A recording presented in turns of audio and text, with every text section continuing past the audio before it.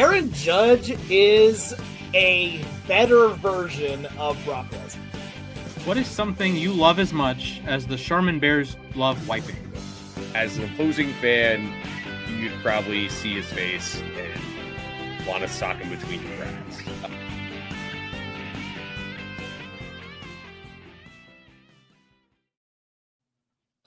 Hello, everyone, and welcome to another episode of Losses Above Replacement. We're off to a fantastic start already.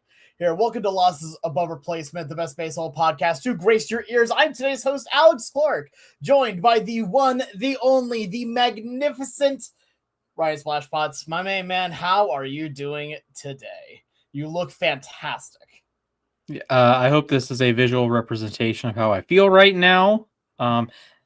So shout out to my barber though.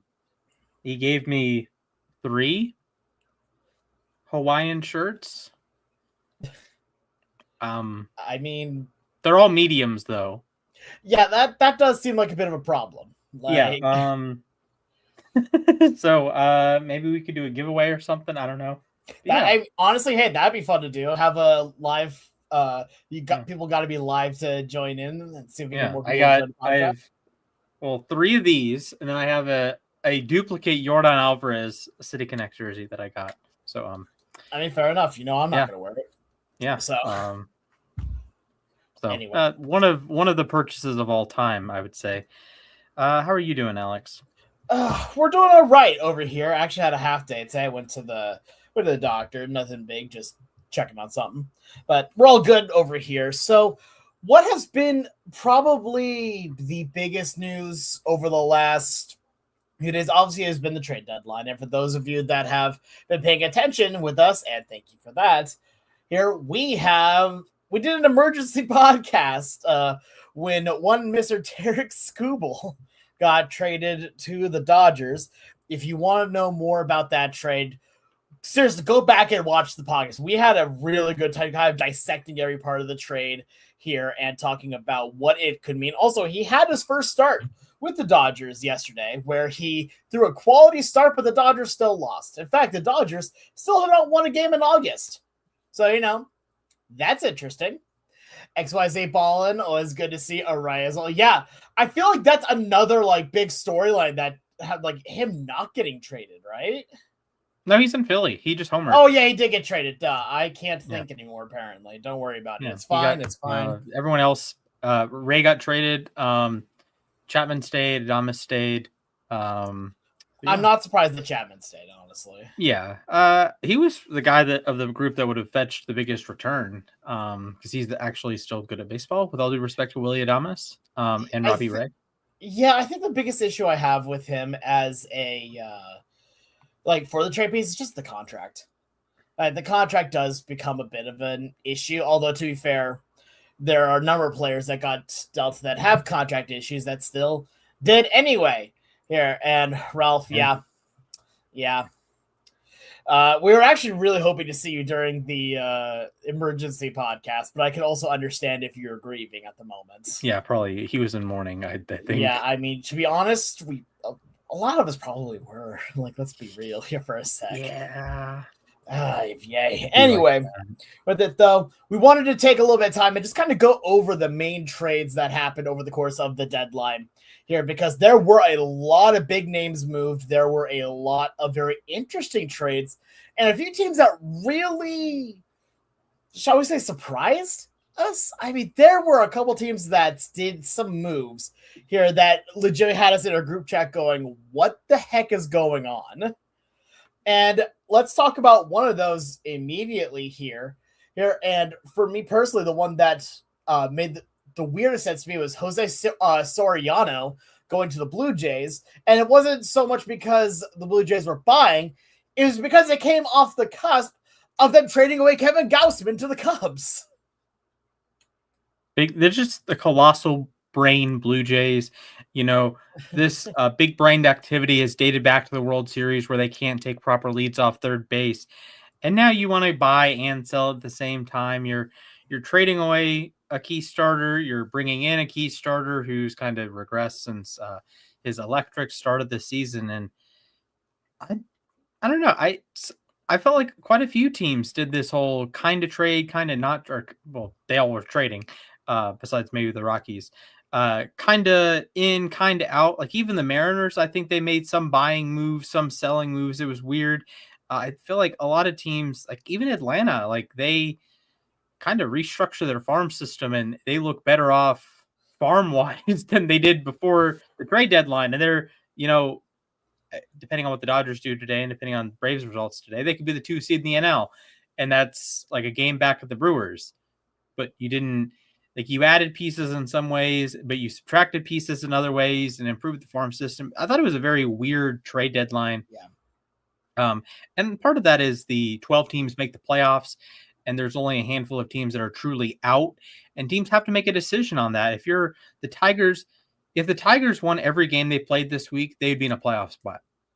Like that's not an unreasonable thing to happen. Maybe 20-game winning streak, but if they won 7 games in a row, 8 games in a row, they're back in the playoffs. Look at Boston. They won 15 and they went from out of the playoffs dead to they're like a game behind the Yankees, depending on what day of the week it is. So, and they were major buyers at the deadline too from it. Exactly. And like, imagine do we just want to talk about that part right now? Because that was one that shocked me. I'll be real with you.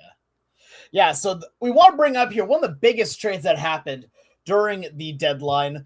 Adley Rutschman, the catcher for the Orioles, stays in division, traded to the Red Sox. Here, traded for a number 1 pick to Boston and multiple prospects here. But Adley Rutschman not only traded away, so one of the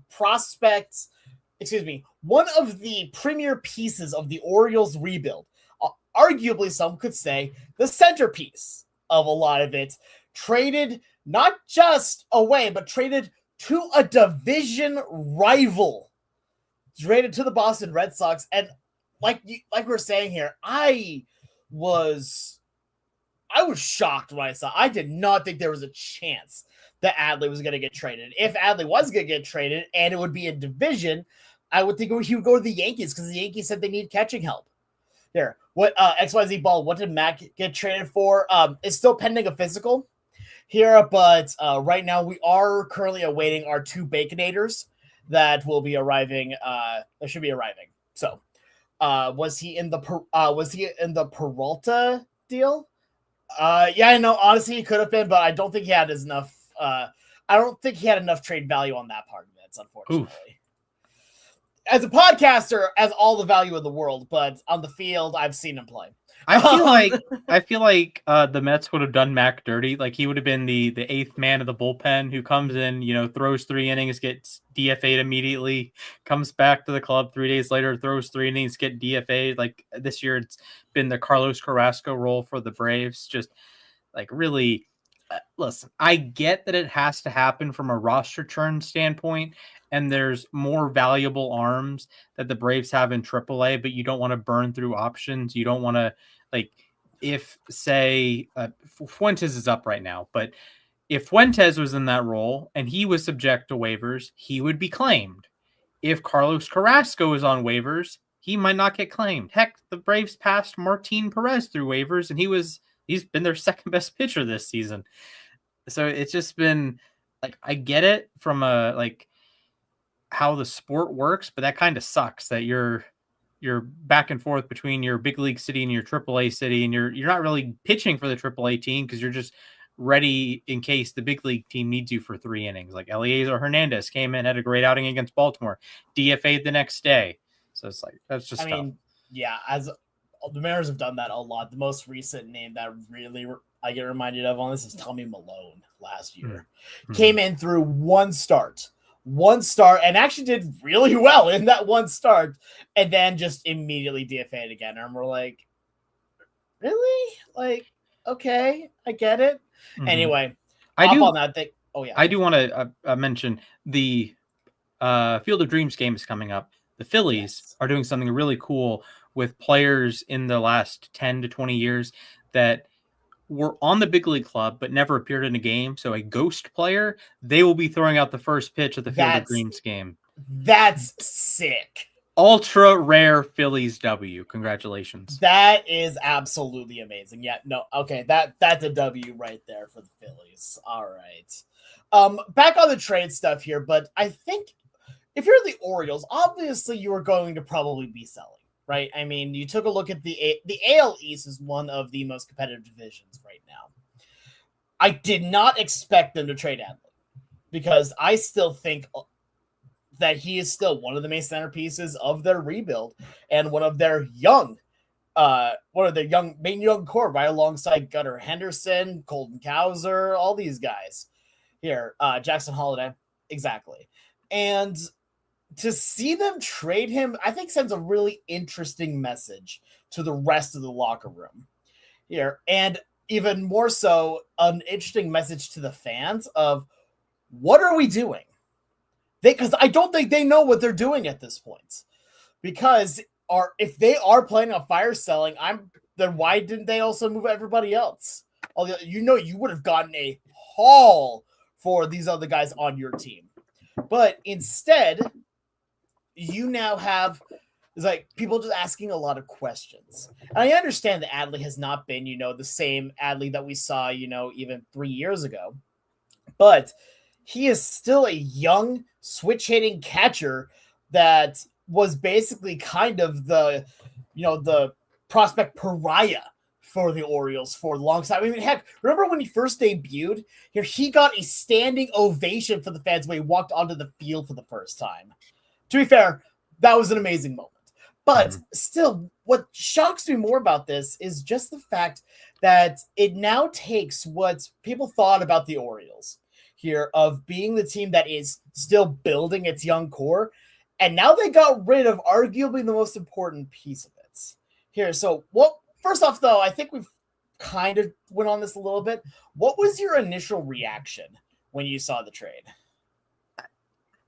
I feel bad for Orioles fans that named their dog Adley or named a kid Adley or something. Yeah. I believe Rutschman is a client of one Scott Boras. I could be wrong. I think you're right. Yeah. I will cross. I'll confirm for you while you're talking. Okay. If he's not, I know Gunnar is. So a couple competing thoughts. One, Adley was an all-star this year. He has been really good this season. He has been a lot better this season than he was even the last 2 seasons. 2, the Orioles did pay Samuel Basallo. And Samuel Basallo is significantly younger than Rutschman. And yes, Rutschman was the number 1 overall pick. He was a, if not the number 1 overall prospect, it was because it was like Julio Rodriguez, right? So it's not like would be the number 1 prospect in any normal year. Or Bobby Witt. I forget which one was top dog. But incredible prospect, incredibly productive at Oregon State, even tackled Christian McCaffrey once. But he's 28 now. And I get that catchers have a little bit of a later aging curve than other positions that, if like Ronald Acuna is 28 right now, or is he turned 28 in January. Like Ronald Acuna and Adley Rutschman are the same age. That just seems weird. That feels wrong. Yeah. Yeah. Like Acuna's been in our lives for nearly a decade. Rutschman came up while we were recording this podcast. By the way, just to address the question from earlier, he is not actually by Scott Boras. He is represented by the team Talent. Okay. I can't say I'm familiar with their game. They have apparently a lot of clients here. They've managed 108 all-star players, 32 $100 million earners, and 4 Hall of Famers, according to their website. So, neat. All right, my bad. I'm pretty sure Gunnar's a Boras guy, but regardless, it stinks when the rebuild doesn't work. In some ways, the rebuild did work. They made the playoffs a couple times. They didn't win any playoff games, but they won 100 games. They won the division, and it ends with the thud. And I'm saying ends. I don't think you can retool, but Adley was like the chosen one. He was like the guy. He was the first one that really, really popped. I know Gunnar won Rookie of the Year, and they've had other like really talented players come through, but Adley was the signal of change in Baltimore. after he got called up in 22, the Orioles had a winning record. The Orioles were bottom feeders for about half a decade. Basically, after the Zach Britton ordeal, Buck not bringing in Zach Britton to pitch to Edwin Encarnacion in the playoffs. About after that, they just fell off. You had the Chris Davis contract, the 54-win season. They were atrocious. Yeah. And Adley, the number one pick, he signaled the change in the organization. It was when he was on that field accepting his standing ovation, something changed in Baltimore. And it's a real bummer that it didn't end up working out, that he has no playoff wins to his name, although there's a reasonable shot he wins multiple with Boston this year. And that's just a shame. That's my opinion. They got back a decent prospect haul. They got back 5 prospects, so a little bit like the Mackenzie Gore trade of instead of like the number 1 prospect, Franklin Arias, they got some lower down prospects. So good luck to the Orioles trying to replace Adley there. And in a lot of ways they have. You did sign Basayo. He's on a long-term extension. And like I said, he's a lot younger. He's like barely 22. So that's a 6-year start over Adley. And actually, Basayo turns 22 next week for what that's worth. And he's probably going to be a better hitter than Adley. He's not going to be as good of a defensive player as Adley, but I could see a vision that he is the better offensive player, and maybe you can utilize him catching and DHing. I don't know, but Adley just really peaked, I guess, early. Like he had a 5-win season right out of the gate. He was an all-star. He's been an all-star multiple times now. He was top 10 in MVP voting, but now it's kind of fallen off, and not fallen off to like such a horrendous degree. Like he's a good player still, but it's a shame how that unfolded in Baltimore. It really is, because like, again, I remember us talking like after his first year, right? And we were saying that this kid is real. Like, I think I was the only one that like had fully bought in, but even then I still acknowledged that he was dang good, right? Like I was obviously still a big believer in Cal Raleigh early, but at the same time, like that didn't discredit anything away from how good of a player that Adley was. And so that's what makes this all the more confusing, is Rutschman getting traded to, on top of it here, like we said earlier, a division rival. Like, we don't often see like big name players going between teams within the same division. Like a lot of times, like it just doesn't make sense at that point. But this was one that obviously, broke that trend. So my question to you here is, because there are other moves that the Red Sox made once, because there were a ton of pitchers that were traded in this deadline here. The Yankees did get one guy. So I did call up George Lombard. So that was cool. That's actually is big news. Yeah, that might be their shortstop answer. I'm going to be honest. I'm not like 100% tuned into prospects. Like I know I'm aware of who George Lombard is. Yes. He's high enough on the totem pole, but prospects are prospects until proven. So you could really pop. You could be a 2007 Troy Tulowitzki, who was really great as a rookie and helped the Rockies go to the World Series. You could be a fizzle like a Vaughn Grissom and then get traded in the offseason for a Cy Young winner. There's a wide range of outcomes, but there's a chance George Lombard is your answer at shortstop, and that fixes some of your issues. I was talking in the chat of, how do you play Luis Garcia? He's not very good defensively. Do you DH him? I'm hearing through the grapevine that Aaron Judge's recovery is not going so well. So if he's out for the season, what's the point of anything? Or even if he returns in late September, what's the point of anything? And that's really the dark cloud over this Yankee season, because it's a really talented team. And hear me out. Yankees and healthy don't go in the same sentence, but hypothetically, very hypothetically, Ben Rice catching. Oh gosh. Okay. Yeah, Goldschmidt at first, or Garcia at first, or better yet, Goldschmidt at first, Garcia at second, Lombard at short, Jazz at third, a position he has played for the Yankees, Bellinger, Grisham, Judge in the outfield, Stanton at DH. Is that the best lineup in baseball? No, it's really good though. Is it the best lineup in the American League? I think so. It's right. It's right there. Yeah, it's definitely up there. Like, of course, we don't know about Lombard, but the other 8 spots I'd say are productive hitters. If you're playing a lefty, I think Goldschmidt is still a good hitter against lefties. He's fallen off against against righties, but he can still mash against lefties. You bring in Ramos, he's mashes against lefties.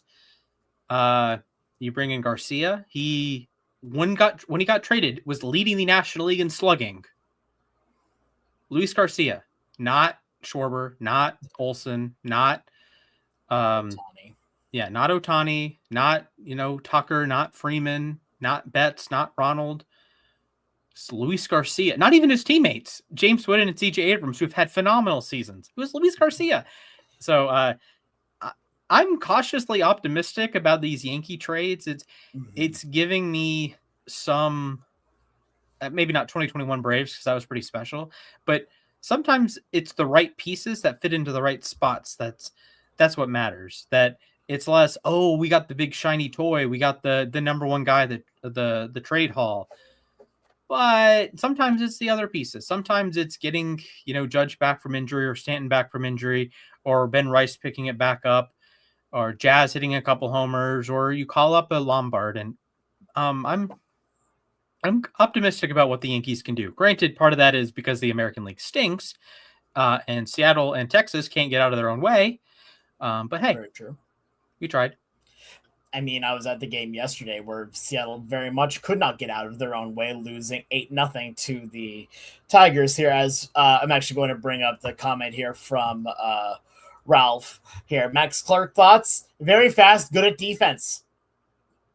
I mean, he had an amazing catch in center field last night I watched. I was in right field, foul territory for it. And I saw the dude basically rolled over about as ungracefully as you possibly could. It still came up with the ball. Like, what more do you want? The dude's a baller. Is he a shot caller? Only if he was a little bit taller. Fair. All right. Anyway, valid. Moving on here. So another team that did really well at the deadline here were the Cubs. The Cubs added a lot of pitching to their team here, including adding Clay Holmes from the Mets and adding Kevin Gausman from the Blue Jays.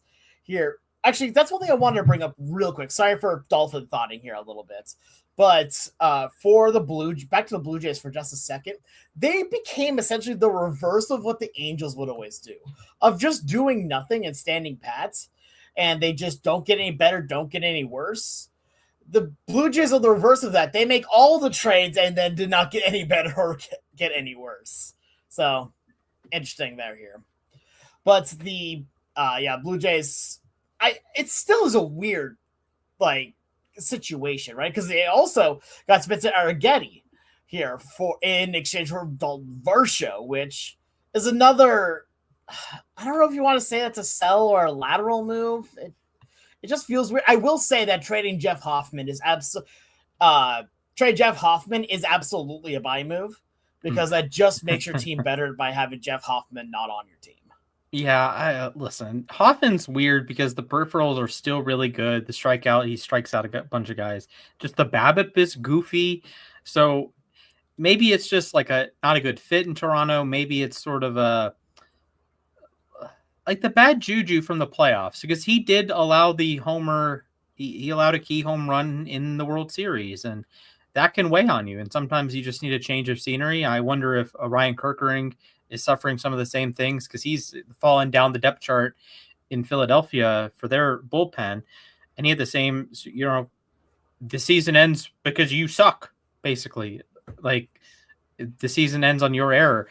I think the Arrighetti move is a sell. I think Varsho is a better baseball player. Varsho is a tremendous defender, very still fast, maybe not as fast as he once was, and can hit for some power. Arrighetti, I think, is a mid pitcher, and not mid is like bad, just like middle. The best I think you're getting out of Arrighetti is like a 50th percentile outcome across the league.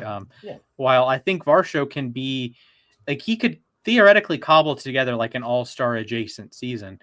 Like Arrighetti this season, he won pitcher of the month. He was the best pitcher in the world for a month.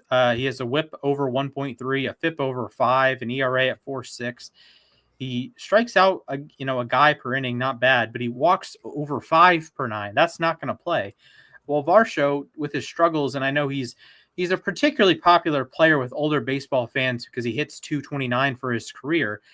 But like last year, he had a 120 OPS plus. He's been a Gold Glover. He hits the ball pretty well. Before this season, he hit the ball much harder. He walks a little bit. Like, it's not a bad profile for his career. 193 ISO and 8.3% walk rate. Like, you can see that being a reasonable hitter at times, who can be strikeout prone. Who among us isn't strikeout prone? That's why we traded Mac. Yeah, darn. Darn. No, yeah. I mean, that's the thing. I'm a big believer in Dalton Varsho. I think that Varsho is a great ball player. Also, again, former catcher as well. Fun times there. And it'll be the show people know. But at the same time here, like, the Blue Jays just were in such a weird spot anyway here that the trade deadline just made it even weirder. I think we can confidently say, though, that aside from Skubal, right, aside from the obvious big Skubal news, the American League East had the most eventful trade deadline here because it had the full spectrum of what is happening over there here, with people making very weird trades, making a lot of good trades, etc., etc. So let's see. Going into the comments here for just a second. XYZ Ball and say Blue Jays stink. I'm a Mariners fan. You know my opinion there. And Dilbay is saying go Yankees. And Dilbay is also saying Mac for Volpe. I still think that we hold off on that trade. Don't want to pay the taxes on that one. Yeah, but, and isn't Volpe on the bananas now? No, because I hear you actually have to make plays in order to be on the bananas. Ooh. He actually is he in AAA? Yeah, he's in the minors. Okay. Yeah, he's in AAA right now. Yeah. Wow. Okay. Which, how the mighty have fallen. Right. There were actually there was a picture I saw today on social media of the person that paid like $35,000 for the 1-of-1 MLB debut Volpe patch card. And thinking that, oh yeah, this is gonna be an investment. This is gonna be worth hundreds of thousands of dollars. Oof. Lol. Anyway, I will say that Volpe does have a great signature. It's very clean. I do want to say that when I saw Gausman got traded for a Southacene, I had a heart attack because the Braves have the brother of Ty Southacene and Tate Southacene, who is the superior prospect and I think the number 2 in the Braves system, with right behind Hartman, ahead of Caminiti. So I had like oh my God, we traded Southacene for an aging, like a 37-year-old pitcher. Oh, what are we doing? But no, that didn't happen. No. Alex Anthopoulos couldn't bear to trade for a good pitcher, with all due respect to Tyler Mahle. I don't know if you saw. Is 35. I don't remember what player was saying that, but I want to say it was Olsen, but I'm not 100% on that. Was asked like about not getting a pitcher here at the deadline. He said, "Nah, Alex knows what he's doing, so we're just gonna keep doing what we do." Yeah, like, a very professional answer, and he didn't say we trust our guys. So it was pretty like a political answer, like staying in the middle. Oh yeah. But you could tell that he was a little ticked off because he didn't give the throwaway line. Oh, we really trust our guys. We trust Sale and the Spencers. Because I don't know. In theory, like you get back. This is a big in theory, but Spencer Schwellenbach, my goat, he could be pitching in September. But I don't know. I guess we could pivot to talk about the Braves because I think they're on the losing side here. And I'll be honest. I'll take the L here. I mentioned the Profar stuff week after week after week, like at least 3 times on the podcast. Like, hey, the Braves, unlike these other teams, have about $15 million they're going to get because Jurickson Profar is a moron. I probably said that exact line 3 times on the podcast. And they traded for Tyler Mahle and Lane Thomas, and they traded away Eli White, and they traded away Joey Bart. So, first of all, Sean Murphy, if you get hurt again, I swear to God, we're going to have another freaking catcher, and I'm going to have a stroke live on air. Drake Baldwin, same ordeal. 6 more weeks. 6 more weeks. That's all I ask. 6 more weeks. I don't want to go. I don't want to do another Sandy Leon. Joey Bart was kind of okay, actually. But the catchers for the Braves this season have been alarming. Besides, of course, the all-star himself, Drake Baldwin. A brief run through. Joey Bart, 91 OPS plus. That's the best of the group. Jonah Heim had a 98 OPS plus. That was because of one game in Colorado, so I don't count that. Sandy Leon, negative 49 OPS plus. I don't say this often. There's a non-zero chance like Joe Schmo could have a better OPS plus over 44 plate appearances. That's a low bar. Yeah, it's a 182 OPS. It is 4 singles. It is no walks, no hit by pitches. That's pretty rough. Chadwick Tromp had an RBI game winner against the a game-winning RBI. That's what it's called against the Nationals. A 19 OPS plus. Austin Wins negative 60. Sean Murphy, he's playing tonight, negative 60. Jair Camargo, 1 for 2 with a double, so that's a 302 OPS plus. Maybe Jair Camargo is the key, but regardless, I don't know. I felt the Braves really kind of just a wet fart of a trade deadline, basically. Yep. Like you think you're doing something, and then all of a sudden you look down and your pants are soiled. Like at least you had pants on, I guess. Like that's you got something. Like Lane Thomas, he's fast. He's in the lineup tonight for some reason. I don't know. They DFA'd Mateo as well, so I don't know. I hope the vibes don't get thrown off. I hope they've been winning, so I guess the vibes can't be that bad. Who knows? Yeah, who knows indeed. And like I'll say, I agree on the kind of wet fart idea here, especially even for my Mariners, because Mariners also had 2, let's just say, main trades that happened, and I think a lot of people were surprised about the fact that it was just those 2 trades here that mattered. There was the Luis Castillo trade here, and then there was also the trade for Tyler Ward. And at the same time here, just to be very clear, Taylor Ward. Sorry, did I say Tyler Ward? Yes, we don't want to get effectively wild clipped. They have a running bit because there's a Taylor Ward and a Tyler Wade. So if you screw up either of their names, you get roasted on the podcast. Darn. Okay, yes, Taylor Ward. There you go. But the reason why I still leave it as kind of the feeling of the wet fart is that there wasn't anything else here.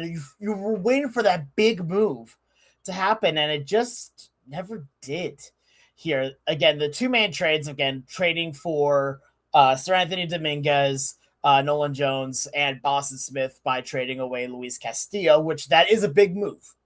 I'll be very clear. I'm going to talk about that more during the moment to myself. But also trading for Taylor Ward here, who the Mariners are very familiar with, given all the time he was with the Angels. But there was a lot of issues here for what to do with the team, especially when it came to your depth and starting pitching here. Because you knew they were going to trade at least one. It was just a matter of how many were you going to trade here. And the fact that it was Castillo kind of shocked me, because I did not think that you would be able to get rid of that contract here. Go to the comments for just a second here, Ralph. Luis Castillo's washed, so maybe it's a win. He's still pretty all right, honestly. Taylor Ward drew a walk while we were talking about him. He went over 3 last night, so that was fun. And unlike any Giants this season, very, very true. But the one thing that really shocked me is I was expecting to trade one more starter I was, because they've talked about how much they want to bring Cade Anderson up here, but they just can't with how the pitching scenario is. And when asked about potentially bringing up Cade to be in a bullpen move, Dipoto instantly shot that down, saying, no, if he's coming up, he's going to be a starter. And which, you know what?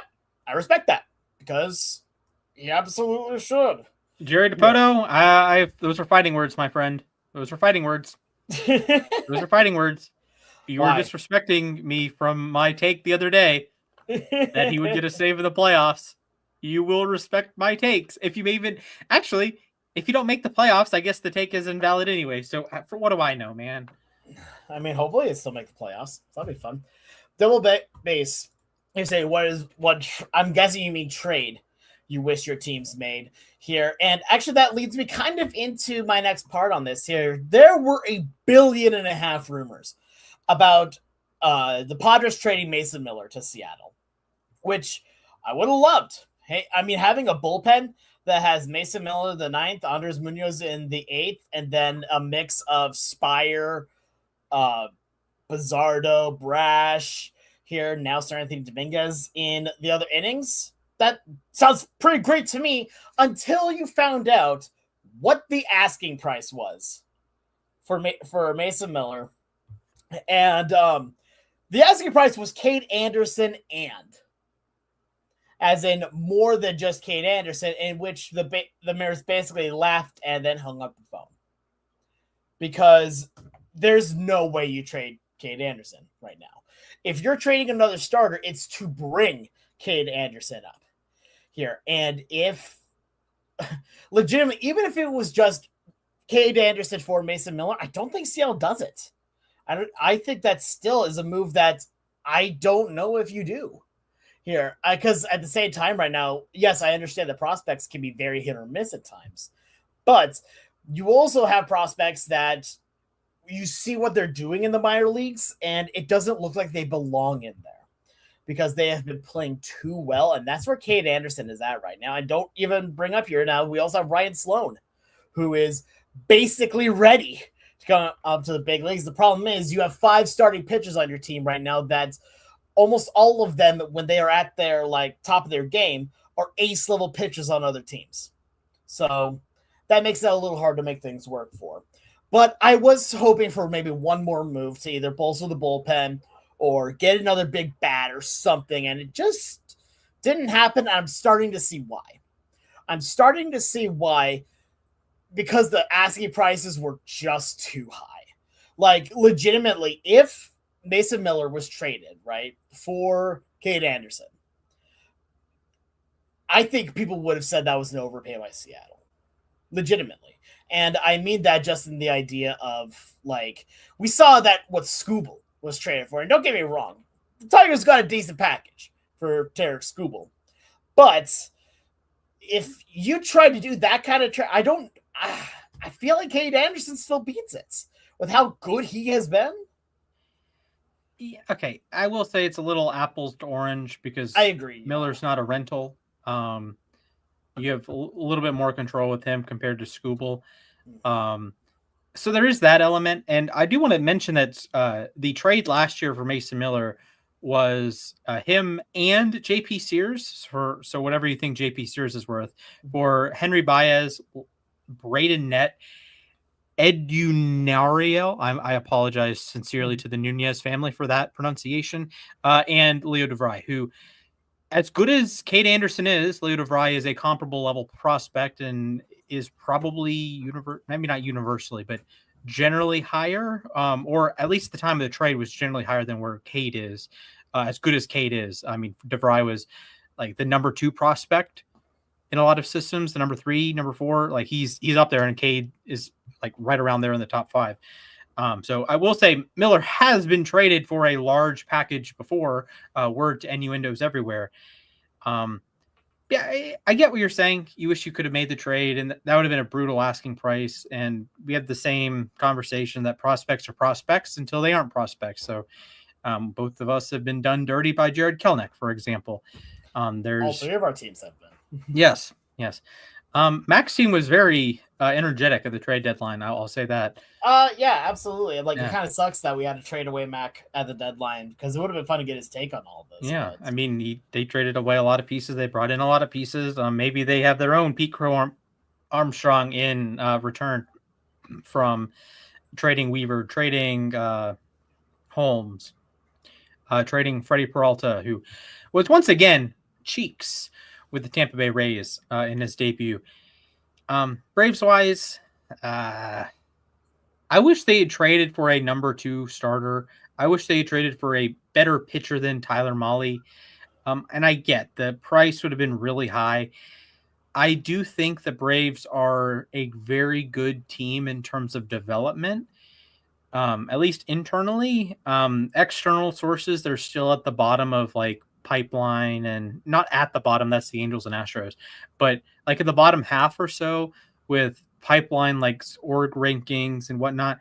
But we see the Braves every year or two, they have a rookie of the year or a rookie of the year level player. Just since 2018, they had Ronald Acuna. Have you heard of him? They had Michael Harris and Spencer Strider go 1-2 in rookie of the year. In 2024, they had Spencer Schwellenbach in a loaded rookie class.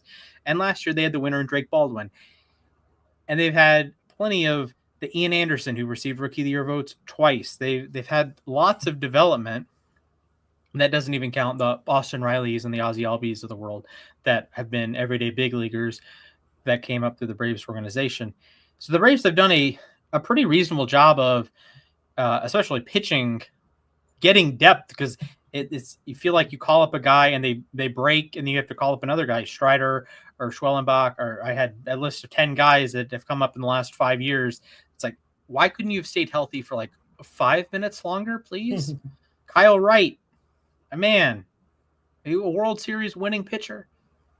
But yeah, I don't know. I think the Braves could have done a little bit more and traded maybe not Hartman or Caminiti. Caminiti looks like a stud. And by the way, both of them are AA, so they're just one call away. So if you want to consider them a trade deadline acquisition, they could make a move. They're just away. That Harris got called up directly from AA. Schwellenbach got called up directly from AA. I think BMAC and Frenchie got called up directly from AA. You're just one call away, man. So that would be electric, like a Harris, Hartman, and Acuna outfield, or Caminiti. I don't know if I would trust him like starting game 2 of a playoff series, but in a bullpen role, maybe. I mean, Didi Fuentes is throwing 100. Oh, he is so good. I just pray to the injury gods. Just please don't screw with his UCL. Give him the Aroldis Chapman UCL, please. I'm begging you. That man is fun to watch. I'm so glad he worked over a lot of his issues and from his stint last year, because he was walking a bunch of guys and was getting clobbered. And this year it's like he has no fear. He's going to throw 100 right by you. It's beautiful. Yeah, you know me. I love me a big flamethrower. I love a good hard throwing guy, which one of the reasons why I really like Munoz this year is that he has decided to be flamethrower again, and it is absolutely glorious. I think the other day against the Nats, I will fact check this. He had 17 pitches, all of them were fastballs. Ooh, Munoz? No, Fuentes. Oh, Fuentes, yeah. I mean, if it's working, why? If it's working, like, yeah, of course. Like, cool. Like that's something I've always figured out. It's like you can't always rely on it. Like, yeah, you don't always rely on it. You rely on it until you can't. Mm-hmm. And then when you don't rely on it, that's when you switch things up. But until then, if it ain't broke, don't fix it. Yeah, or then you have guys like Chris Sale and Justin Verlander who do the whole, like they'll throw 94, 95, 92, 94. But then when they really need it, guy on base or third out of an inning, yeah, pump 80 or pump 88 in there. Yeah, that'll get taken 1,000 feet. I was about to say, just go full Greg Maddux on that one. Yeah, just pump in, just casually, pump in 100. Or maybe not 100. Sale can pump 98, 99. Verlander pumped 102 the one game. So I just think a while ago, though. That is a good point. But I think the sentiment remains that he's still can be like that at times. Mm-hmm. Or maybe not quite to that extent, but he's quite a good pitcher. Or was quite a good Sale in particular. Still there's a non-zero chance Chris Sale wins the Cy Young again. I mean, yeah, like there's some really good pitchers in the National League, but Sale's absolutely one of the best. Is he second in Cy Young odds? He might be second in Cy Young odds. Here's my question right now: is that who are the front runners right now for American League MVP, with Judge not being in the picture? Great question. Jordan? Yeah, because like I'm thinking about what's up. Jordan is probably the front runner. Yeah, I think he could win the Triple Crown. By the way, Sale is second. He's plus 700. The Miz is minus 550. Followed by Sanchez, Wheeler, Burns, Luzardo, and Mason Miller.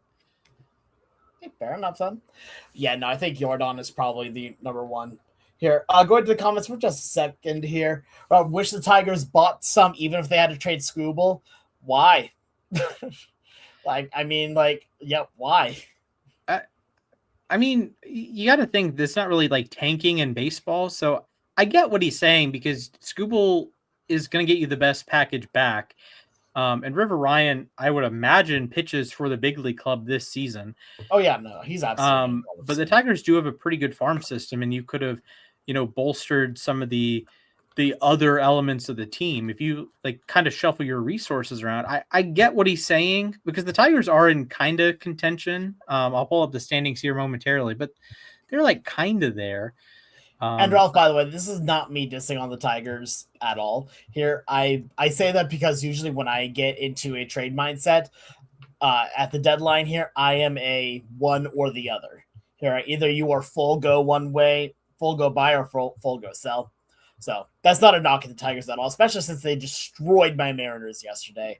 Although, to be fair, it was more Tony Dominguez that destroyed the team, but also not hitting will do that. Jordan is a minus 1,500 favorite to win the AL MVP. That is about an 81% implied probability. Junior Caminero second, Ben Rice, Bobby Witt, then anyone close. Contreras 100-1, Rafaela 100-1, Dingler 100-1, McGonigal 150-1.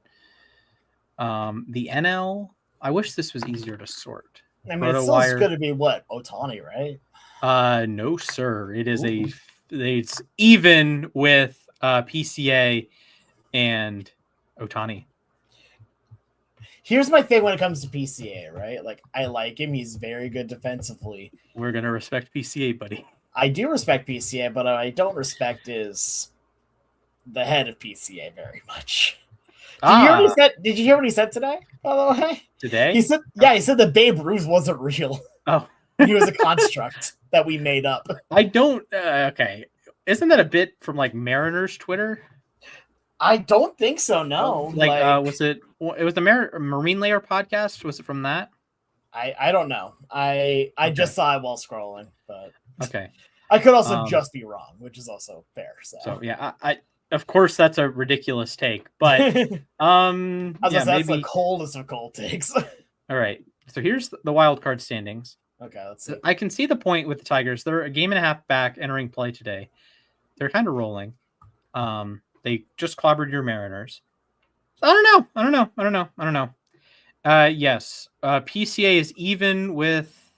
So this is as of yesterday. Both Ohtani and PCA are minus 110 to win the NL MVP. So let's see here. Yeah, I'm looking at the news right now, and apparently, he appreciates the wild conspiracy theory that Babe Ruth never existed, which a few different news articles have said here. Well then, which you know what? Okay. No, honestly, I like PCA. As a player, he is it's insane to watch what he can do in center field. Like, it's just about whether or not the bat can ever stay, consistent for me. Sure. Which, if he does, then, he's an MVP finalist. Like, no doubt. I wonder which one of us picked him to be an MVP finalist before the season started. I wonder which one of us also said that the Braves were going to be the best team. Now, I'm kidding. I think all of us had the Mets winning the division. Exactly. All right. Alex, I have the question of the day. Ooh, it's time. I'll get the graphic. Oh, you you beat me to it. It's the question of the day. All right, folks. If you could add one blue ability from MLB Power Pros to a player, which one do you think would give the biggest war boost? Okay, so I feel like there's a really easy answer here, and I it's wonder if you power thought of hitter. the same one. Is a power hitter, I think, is especially in an age where power is king, right? That the other blue ability that I would really like to have here, for one, just because I feel like it works really well, is the refined Okay. ability. Spider catch is also great, obviously, Okay. but gyro ball for pitching is insane. Mm-hmm. I think I'd still go with power hitter. Okay. I doing some reading on like the wiki. Power hitter has not been the most universally praised for sim purposes because it looks like it like raises power but really hurts the average. I know that's kind of how it works, but even like an Albert Pujols B contact A power guy in sim doesn't play as well as if he didn't have power hitter. So I don't know. My thought was actually connected to a player. If Byron Buxton had level 4 durability, it's all over. It's all over. Exactly. It's all over, man. Or Ronald. Oh, it's all over. Yeah, no, durability is one of those ones where it's like, if you have it, great. If you don't, that's bad for you. Specifically, you, only in you. Yeah, no, that absolutely tracks. Right. I don't think I can refute that. Yeah, that was that was the first thing I jumped to when I laid down for my nap. I'm thinking, oh well, what's a good question? What? It's just Alex today. We'll do an MLB Power Pros question. So I like it. I have another one that if we want to go pitcher wise, okay, here as well. Durability. Durability. Hey, Spencer Schwellenbach, how you doing? Hey, whoa. You know I'm right. That hurt. I'm aware, but you should be agreeing with it because it hurts. The other one though I like to go with is Lucky. Because it just somehow wins games. Okay. Would that help? I don't think that would help his war total. That would just help his regular wins total. Okay, this is also fair. Then let's go with Star Finisher. What about Dr. K? Ooh, Dr. K is good. Also fastball, life, and spin. Yes. Very good as well. Risp 4? Oh, Risp 4 is always good. Was it? Yeah, versus runner is only 2 or 3, but yeah, Risp 4. I like ground ball pitcher. I know there's some ballparks you'd probably rather have a fly ball pitcher. Yeah. Or some defenses, like if you went the Andrew Abbott method of just like lazy fly balls, maybe. But I could hear. I always get ground ball pitcher on my guys. Yeah. The one that I keep forgetting, like I don't know why I'm forgetting this because this is legitimately one of the best blue abilities out there. Intimidator. Yeah. Intimidator is so good. Because I never get it on my players because I don't do the dating arcs to get it. So I've been doing a fun project of making characters based off of other success mode characters, but you can have as many blue abilities as you want as long as you earn them, and it's basically become a requirement on all of our builds to date Patty to get Intimidator. You mean Pokentem? It's like, you're so mean to me. Anyway, good old Pokentem. Pokentem with Ben's hot dogs. Yes, beautiful times. Actually, I was proud of myself. I reinvented how they do the route a little bit because the other things that the route does is it helps you get Gambler's Ring. Yeah. Which is amazing for getting blue abilities. But I found out. Yes. Well, yeah, no, I'm explaining for those at home as well. Yes. Yeah, of course. Yeah. But what I found, because in our like documentation, it just said get the bear. Just get like the what's the middle? Like the heart pendant. Just get the heart pendant for her, it'll be fine. Yeah, you'll get a surprise bag. You can reset that for a Gambler's Ring. And cry yourself to sleep because you have to reset about 50 times. Exactly.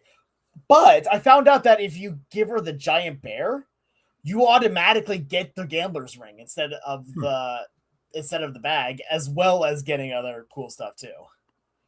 Okay. And then I found out that if you give her the expensive like handbag, she gives you Legends of Baseball, which is not useful at all. Yeah, because in you the get one game. from Stitch, right? You get both of them from Stitch. Yeah. So good job. Good job, developers. Good job. So it was cool that I figured that out. We basically rerouted a lot of the later game part of it here, knowing that you can get this now. And There you it's not go.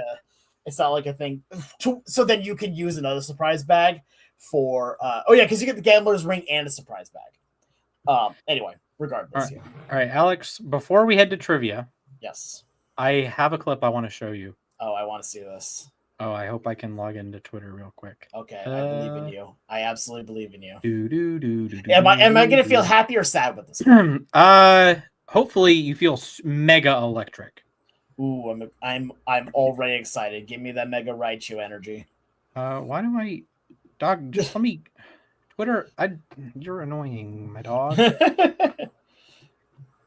Oh, that should work. Okay. LAR, Larball. All right, here we Larball. go. All right. Are you ready, my friend? I am ready to see this. Because it's greatness. It's greatness. Okay. All right. He's here. Oh yeah, Jeffrey Yon. He's here. And there's his Oh yes, sir. If you haven't Yeah, seen this yeah. strikeout celebration, get prepared. Welcome to the And show, there's my a friend. strikeout. Oh yeah. He leaps in the air and celebrates. He as is only a Jeffrey modern Young day. can. If you haven't, What's the Super Mega Baseball player? Yes. That's Yes. amazing. This is all I want in baseball. Sure. I'm not even the Mets fan. If the Mets are gonna suck, at least be fun, please. Exactly, right? Like, if you're not going to win and you're not going to be competitive, just have a good time at least. Yeah. At least that will put butts in seats and keep morale high. Exactly. And Lord knows Mets fans need morale because they're about to watch the Jets and Giants. I still remember there's this, I think it was like an NFL like top 10 like draft moments, and the Jets are obviously on there for draft busts, draft mistakes. And one of the guys just says, like, why do people still want to be Jets fans? Why did you put that on yourself? Why don't you just go do something different? Like root for another team or just go take a walk. I'm like, jeez. Just go take a walk. Oh man. Like that got me rolling laughing. Oh, that's too good. That is too good. Hey, at least they have the Knicks, I guess. I mean, they also have Danhausen.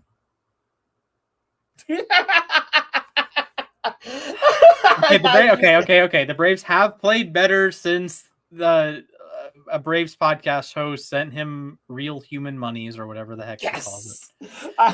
Guys, all right. But that I got splashes at real human monies. Yes, you we've got done it. you got We've done 6 it, weeks, buddy. You got 6 weeks. If they don't make the playoff, well, they should make the mic. If I could talk, they should make the playoffs. But if they crash out, I'm on to you. Just remember, I'm gonna pay him to curse the Seahawks.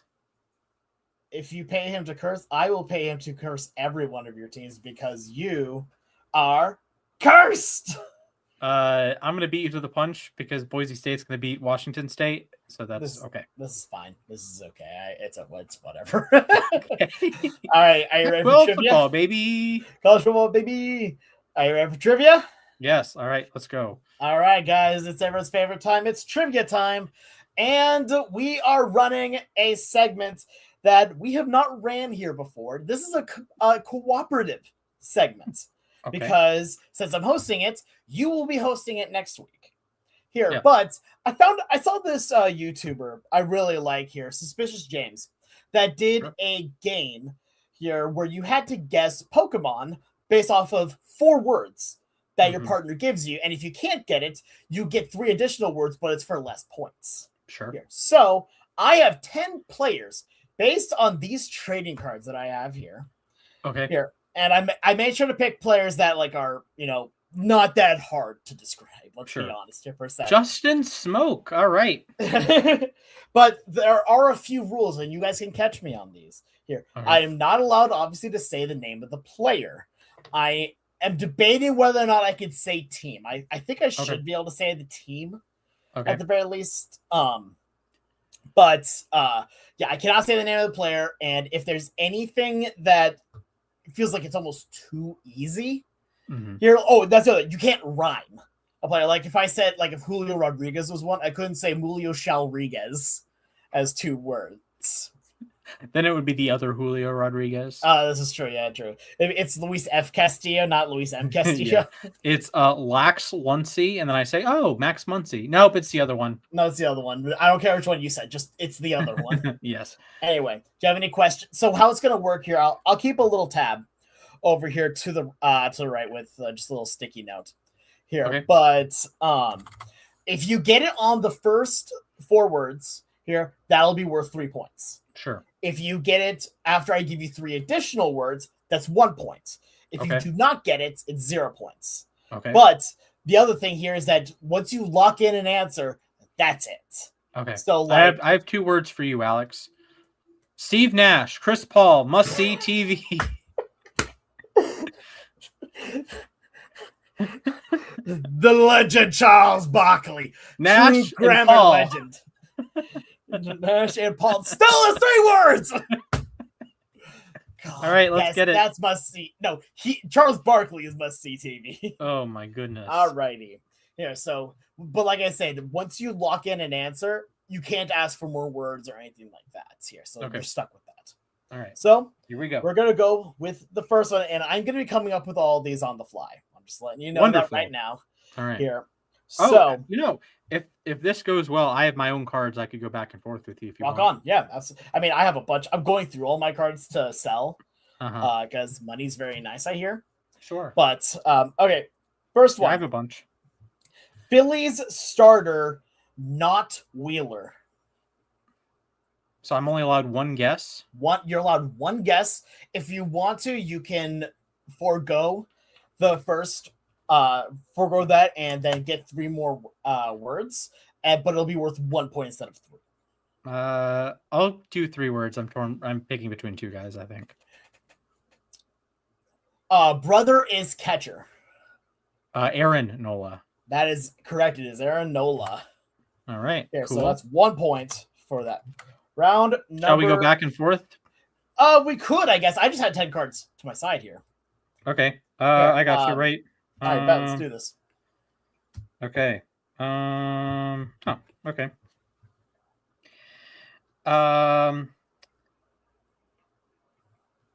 Let's see. Lefty hitter. Extended. Young. I think I'm gonna need 3 more words. Okay. Bird. Teammate traded.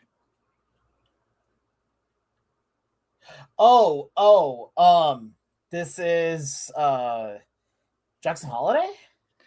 It is Samuel Basayo, my friend. Samuel Basayo, yeah. I keep thinking that Samuel Basayo is a switch hitter. Nah, Adley's the switch. Fair enough. I thought they were both. All right. Mm. Here's next one. Former Brave, now Pinstripes. Max Fried. Yep, it's Max Fried. You got it. All right. There you go. That's 3 points for Splash. Okay. I gotcha. Previous Crawford box merchant. Oh, it's not the current one, so it's not Isak then. Is it George Springer? It is not. The next set of clues would have been hot corner. Oh, Kyle Seager? No. What? Oh, Alex Bregman. Oh, Yes. Alex Bregman. Okay, fair enough. I'm still at 0 points. All right, Okay. fair enough. Wait, what am I doing? Oh yeah, here we go. Good question. All right, here we go. I'm trying to think of like a way that's not like infinitely easy here. But sure, best closer in baseball. Ooh, is that your opinion or is that consensus opinion? Best closer in baseball. I will need the next 3 words because I don't trust you. Korn sings a lot. Corn? Oh, Mason Miller. Yeah, Mason Miller. Okay. I was trying to be, a little bit more objective, but that's okay. Okay. Because I'm like, it could be, he could try to pull out a Munoz here. No, I wasn't going to pull out a Munoz on you. All right, here we go. we have efficient reliever, former Angel. Raisel Iglesias. Let's get Iggy with it, baby. Let's go. That's All my right. points. All right. Here is your next one here. Switchy utility, former Mariner. So switch hitter, utility, former Mariner. I will need 3 more words, sir. Okay.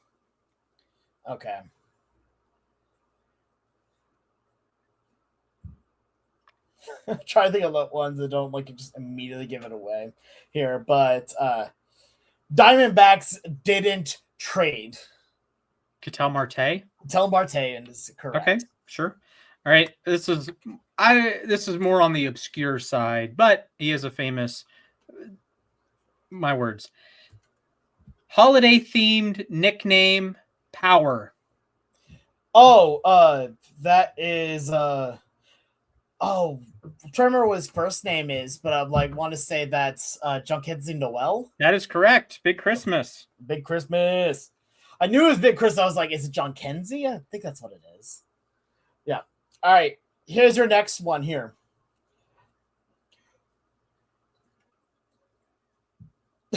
Okay. I'm going to do this one a little bit funny here for you as well. Cubs win World Series. Ooh.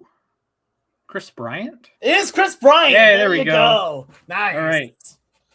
All right. Okay. I gotcha. If I could find a player on this particular team, that would be unbelievable. Ooh.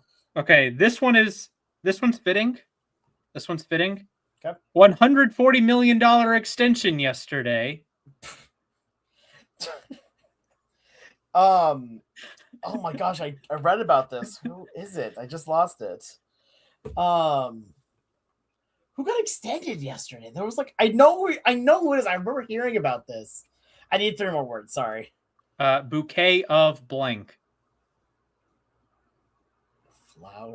Flowers. Rose. I'm I don't know why, but the only player that's coming to mind is Tyler Flowers. I know that's It's my goat, Zay Flowers. Oh, it's Zay Flowers. Oh, I didn't know you were going into football, you dunce. Oh gosh, I'm trying to run a professional segment here. I was looking for a Seahawk. I'm sorry. No, you're fine. All right. All right. I have a one of the things I'm also trying to do with these is trying to be funny with some of these. Okay. Starter, closer, son. Roki? Yep, Roki Sasaki. All right. Yep, you got it. All right. This one is it football or baseball? I need to be. This is baseball. Okay, good. Dodgers fans hate him. Literally everybody. Good. No. Good point. There's legitimately so many here. I have an idea, but I'd like 3 more words. Sure. Cleats, infielders, sometimes. I don't know. I'm going to say that this is Ty Kelly. This is Manny Machado. Manny Machado. Yep. I know it's Machado. It's just being funny. Yes. All right. Here we go.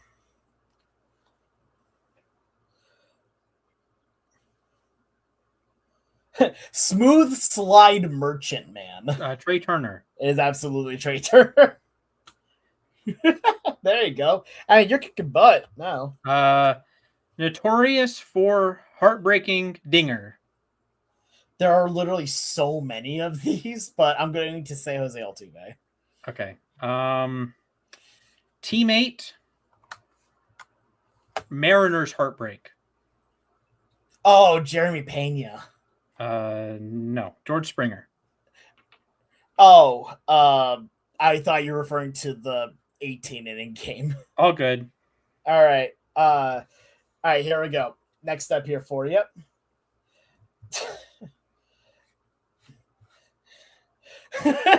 Okay. Be familiar with this one. Robbie Ray's worst enemy. Jordan Alvarez. It's Yordan Alvarez. Oh my god. Ugh. I hope I can find. That should work. This is a football player. Okay. Lefty turnover machine. Lefty turnover machine? I'm guessing you mean it's a quarterback here. Yes. I'm trying to remember who are lefties. Now, like honestly, can I get There's through only more? 2. They play for the same team now. Do they? Oh. Yeah. Can I get 3 more words then, please?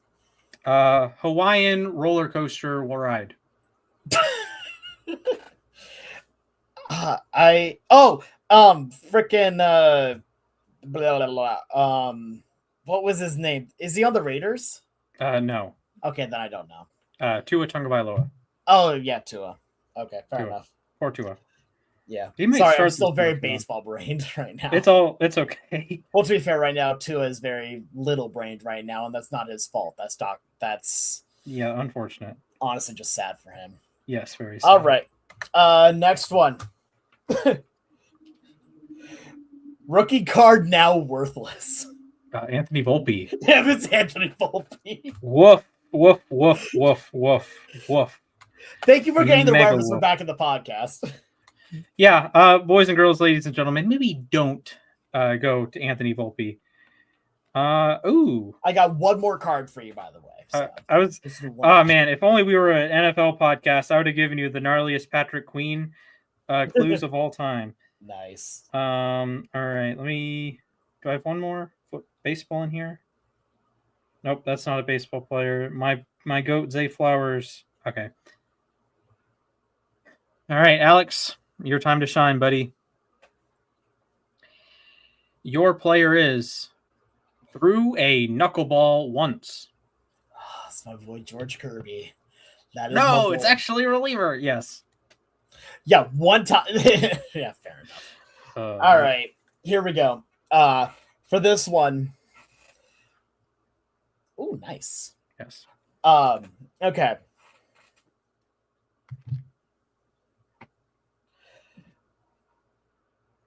Statcast hit Velo.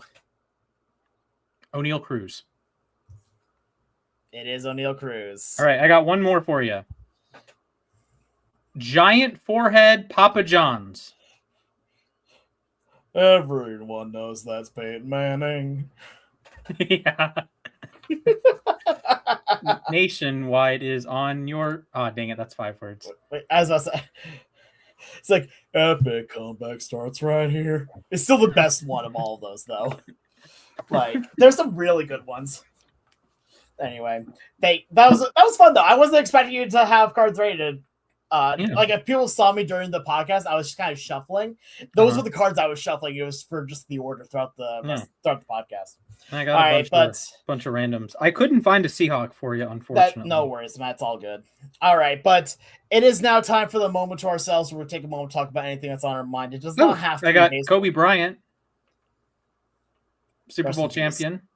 Oh no, the Super Bowl. I know, but I was just We talk about anything that's on our mind. It does not have to be baseball related, but it absolutely can be. Splash, you want to go first? Or would you like me to go? Sure, I can go first. All right, sounds good. I'll count you down. Your time begins in 3, 2, 1, begin. Hello, friends. I'm going to Chicago next week, so that's exciting. I'll get the Pope hat, and I should be wearing it next Wednesday when we're recording the podcast. So I'm super excited. It's been nice having something to look forward to. And I can look forward to our family Thanksgiving trip after that. So, and hopefully, I don't know, Ravens playoff games in January. I tell you guys about what happened when I tried to get playoff tickets last year. I had the tickets. I had 2 tickets for my friend and I, and then they lost on the last play of the season. I did get my tickets refunded. I got 50% off the tickets because they hadn't clinched a playoff spot yet. And they lost. Back to square one. I don't know. Maybe that would be a worthwhile investment. Maybe. So here's the thought. this is the first time I'm having this thought.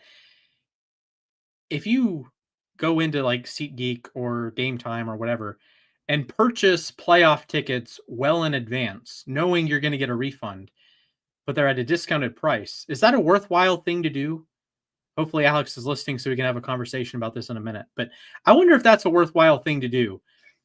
Because it was about half price. Like I think I paid, the regular seats were like $600 a piece, and I paid $600 for 2 seats because they hadn't clinched a playoff spot yet. So I don't know. Because I would imagine part of it is like they have to have the tickets available, and you can to some degree pre-plan these events. Like I was looking at Orioles World Series tickets, and of course the Orioles didn't win a playoff game that year. In 23 when the Braves were also the 1 seat. It's like, oh, what if it's Braves Orioles Game 7, or it might have been Game 6 because I think the Braves had a better record, but regardless, Game 6 in Baltimore would have been like $2,000, but I think the price would have gone up closer to the games. I don't know. I don't know. That's my time to myself today. So to answer your question on my side of things here, because I was paying attention, I did run off for a second to grab a drink of water, but Sure. The problem I have with that is that feels a little bit like scalping a little bit when you buy it that far in advance. Here, like it depends, because if you are buying them solely to know that you are going to use them, then that's fine.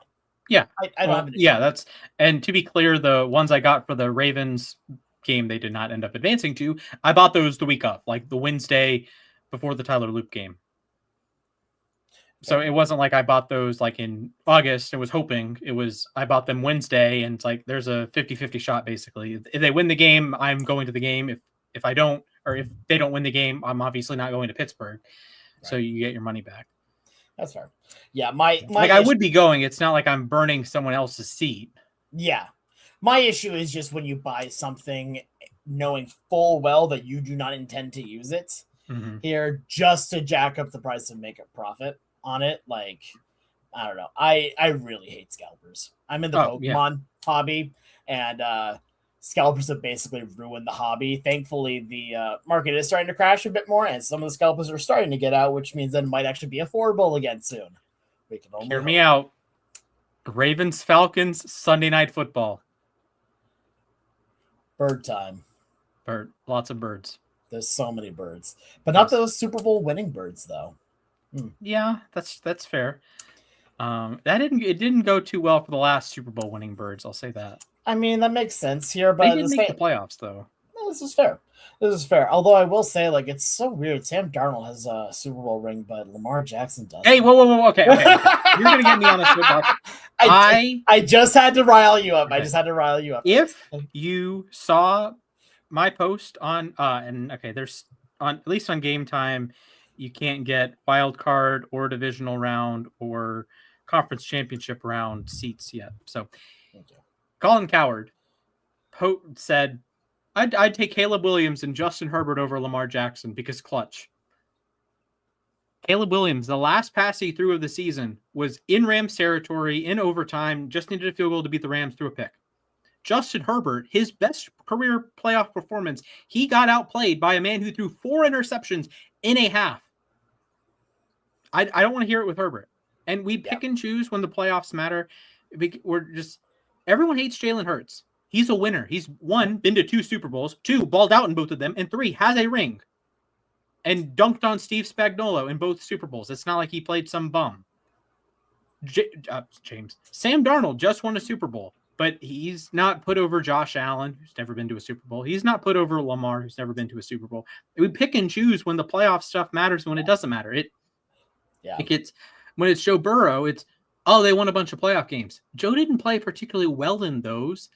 Like, you beat the 1-seeded Titans with a crippled Derrick Henry, and Burrow took 9 sacks, and McPherson had to hit 4 50-yard field goals. And Tannehill threw one of the worst interceptions you'll ever see to set up one of the 50-yard field goals right before the end of the game. Like, there's context that people miss that we boil down quarterbacks to talent and playoff wins, when not all playoff wins are created equal. Josh Allen with the wild card round, not all like performances are created equal, but we're like put in this universe of, well, Justin Herbert, it doesn't matter that he sucks in the playoffs, but then Lamar, he can't be top 5 because he sucks in the playoffs. And it's like, I mean, yes and no, but if you're going to boost Caleb threw 5 interceptions against the playoff teams this year, 2 against the Packers and 3 against the Rams. Lamar has never had a playoff run with 3, let alone a game with 3 in the playoffs. So 2, twice, I think. But like, what are we doing? What can we like be some level of consistent? Why don't you take Caleb over Josh then? Caleb had more game-winning drives than Josh has ever had in a season. What a really, really inconsistent way of measuring quarterbacks. Tim Tebow in 2011 had more game-winning drives than Aaron Rodgers had in his 4 MVP seasons combined. Does that mean he was a better quarterback than Aaron Rodgers at any point? No. It just means Aaron Rodgers played better in the first 3 quarters. He didn't need some Looney Tunes, coming of Jesus to win a football game like Tim Tebow did. With all due respect to Tim Tebow. That was a time. That was a time, and thank you for beating Pittsburgh with 316 passing yards. Shout out to Demaryius Thomas, rest in peace. But you wouldn't say, Tim Tebow is better than Aaron Rodgers because he's clutch. Aaron Rodgers won a Super Bowl the year before. He won the MVP in 2011, but you're not going to go on TV and say, Tim Tebow, he's the best because the fourth quarter. I mean, if he had played better in the first 3 quarters, Denver wouldn't have moved on from him for Peyton Manning. But he sucked in the first 3 quarters, and you had 7 good quarters the entire season of Tim Tebow football. Yeah. I mean, it's the same kind of idea because, the adage for a long time for Peyton Manning was that he couldn't win in the big games.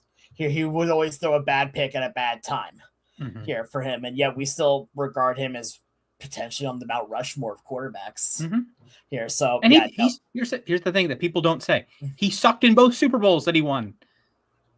Yeah. He was atrocious. Now, granted, it was raining in Miami and it was against an awesome Bears defense. He sucked in that game.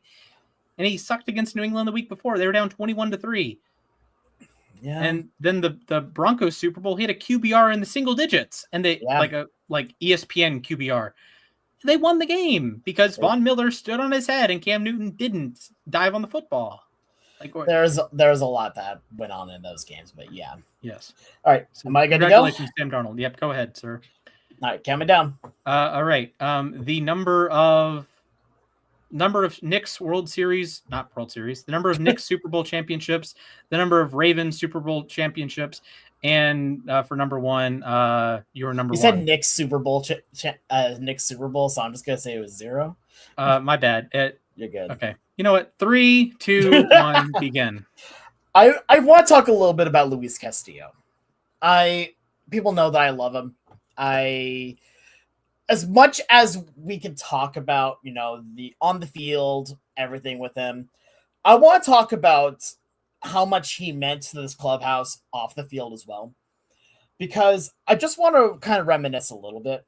Back in 2022, when they traded for him, it was one of the first times that Seattle had really made a buy move.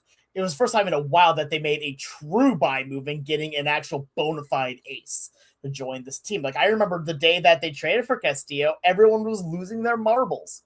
It was beautiful. And he came in and immediately started wrecking shop. And what I think people often forget here is that he really led the team at that point, because a lot of the starters that now in today's game are, stars like Logan Gilbert, George Kirby here. These guys weren't at that level yet. They weren't near that level yet. They were still young guys here. He has taken Kirby, Gilbert, Wu, Miller, Hancock, all of them under his wing and taught them what it meant, not just how to pitch, but how to be a major league baseball player. Because no matter how much we talk about how the stats define players and all that kind of stuff here, at the end of the day, these guys are just humans that are learning how to do a job. Again, you can be naturally good at your job. That does not mean that everyone is going to be. Some people need a little bit of extra work. And I don't know about any of you guys here, but the best times that I've had at jobs here are usually when they have someone to help me out at the beginning to get me started. And then once we're all good to go, then I feel a lot more confidence. And I am willing to bet if you talked to any of the Mariner starters that they had here, even a lot of the Mariner relievers here, they would tell you that Luis Castillo was a class act that helped them all learn how to be not just better baseball players, but to be better people. Because I've heard that from everywhere. Like, I remember the day that when he came over to Seattle for his first game, one of the things that he was known for were the red highlights in his hair. Here, he dyed those highlights to blue just so he could match the team colors. And that was awesome. I'm like, okay, this dude gets it. This dude gets it. And he has helped now raise a whole new generation of Mariner pitchers that are absolutely amazing. Like, honestly, this feels so much like Teenage Mutant Ninja Turtles. This feels like the Turtles with Master Splinter here, where now, like, yes, the Turtles were young, and Splinter was the one training, but now it is Splinter who has gotten old here, and the Turtles that are now taking the reins here. And seeing Castillo go, it's like watching Shredder die. Like, thankfully, Castillo is not dead, but it feels weird because everyone's going to talk about the stats on the field. Like, I mean, heck, we even had in our own chat today from Ralph saying Luis Castillo is washed, so maybe that's a win. I don't care about that because, for one, he still was having good starts. The main problem I have when it comes to all of it here is that his value off the field was so much better than a lot of people think here. And I want that to be known, right? Like, don't get me wrong. I'm okay with trading Castillo. I understand why they did, and I think that they did a good move. That's not to take away at all from anything that Luis Castillo did in his tenure as a Mariner, because his impact on the team and on the city of Seattle went way beyond the raw numbers. Way beyond the raw numbers. He helped Seattle break a 21-year playoff drought. It's weird to think about this now 4 years later here, that Seattle was in a 21-year drought here, and Luis Castillo was the ace leading all that. Again, after Felix was gone, we didn't have anybody where it was their bump day, and then it became Castillo bump day. And we celebrated it, and it was amazing, and it was fun. I'm glad to have gotten to see him pitch here, but I wish Luis Castillo all the luck with the White Sox, and I sincerely hope that the White Sox make the playoffs, because I think Luis Castillo deserves to be in the playoffs here too. But there's no chance that he's going to be listening here, right? But if this ever does get to La Piedra, I just want to say thank you.